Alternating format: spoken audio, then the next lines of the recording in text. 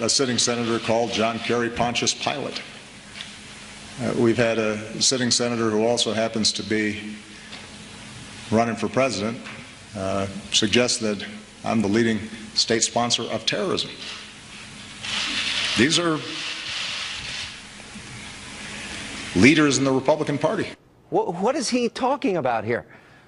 Well, you know, unfortunately, with President Obama, it's all politics all the time. It speaks volumes that he's halfway across the globe and he feels the need to attack me directly.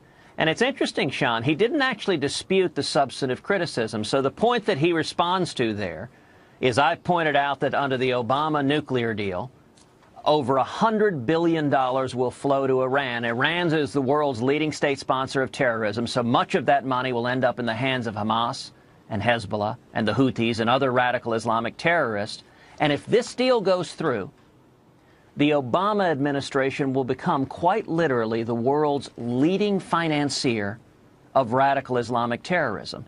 Now, President Obama didn't dispute that. He didn't point to any other entity on earth that would send more money to radical Islamic terrorism. He didn't dispute that billions of dollars in the control of the American government will be used to fund jihadists who will take that money and murder Americans, murder Israelis, murder Europeans. Instead, Senator, he simply attacked us. $150 billion based on their economic size is the equivalent of $8 trillion to the U.S. economy.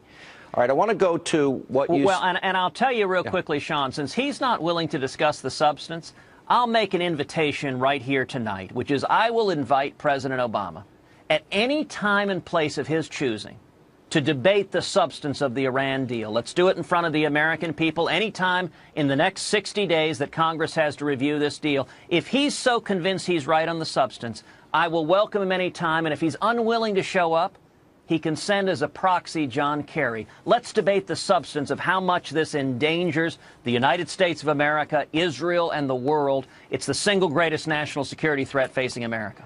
You gave a powerful floor speech on Friday, in which you stated that Mitch McConnell had lied to you. And this was about the import-export bill, basically corporate cronyism, where we, I guess, back up, give loan guarantees to billions of dollars the taxpayers do. Did he or did he not say to you, there is no deal, that this wasn't going to come up? Because that's the crux of it. Either what he said to you is true or not true. Right. What is the bottom line? He said it multiple times back in May when we were debating Trade Promotion Authority, TPA. I asked him at a Senate lunch. It looked like a deal had been cut to reauthorize the corporate welfare that is the Export-Import Bank. And I asked him, what deal did you cut? And he said 3 times, there is no deal, there is no deal, there is no deal. He said it not just to me, but to all the other Republican senators.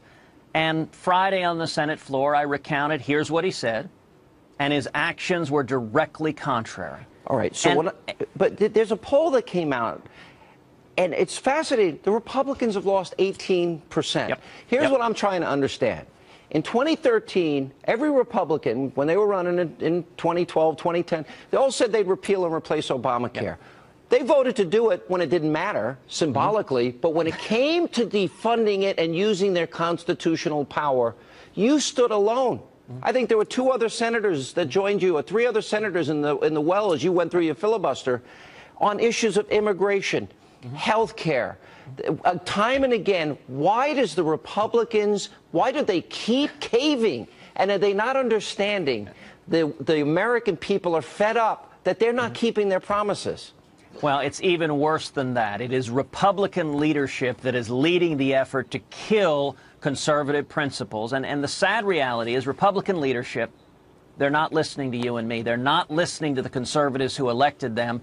They're instead part of what I call the Washington cartel, career politicians in both parties who get in bed with lobbyists and special interests and grow government. This weekend, we saw Republican leadership kill an amendment to defund Planned Parenthood. We saw Republican leadership kill an amendment to stop the Iran deal unless Iran recognizes Israel and releases our hostages. We saw Republican leadership kill an amendment to end sanctuary cities and pass Cates Law. We saw Republican leadership kill an amendment to end the congressional exemption Why would they do from that? Obamacare. Why?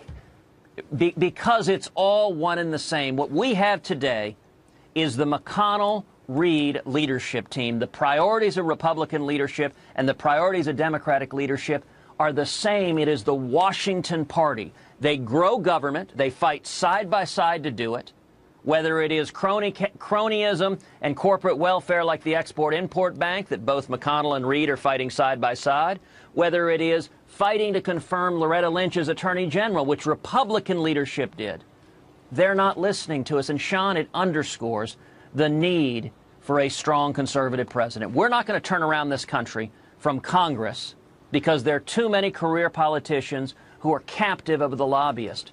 But the last president who stood up to the Washington cartel was Ronald Reagan. The Reagan Revolution came from the people. And what I believe Republican primary voters are looking for is someone who's been a consistent conservative. Show me where you've stood up not just to Democrats, but to members of your own party, to the Washington cartel. And I'll tell you this, if I'm elected president, I'm going to tell Republican leadership, if you pass corporate welfare, if you pass corrupt legislation, I will veto it. And as president, like Reagan did, I'm going to stand with the people and fight to defund Planned Parenthood, to repeal Obamacare, to stop amnesty, to actually stand with millions of courageous conservatives across this country. All right, Senator. Thanks for being with us. Pretty inspiring. Thank you, Sean. What happened.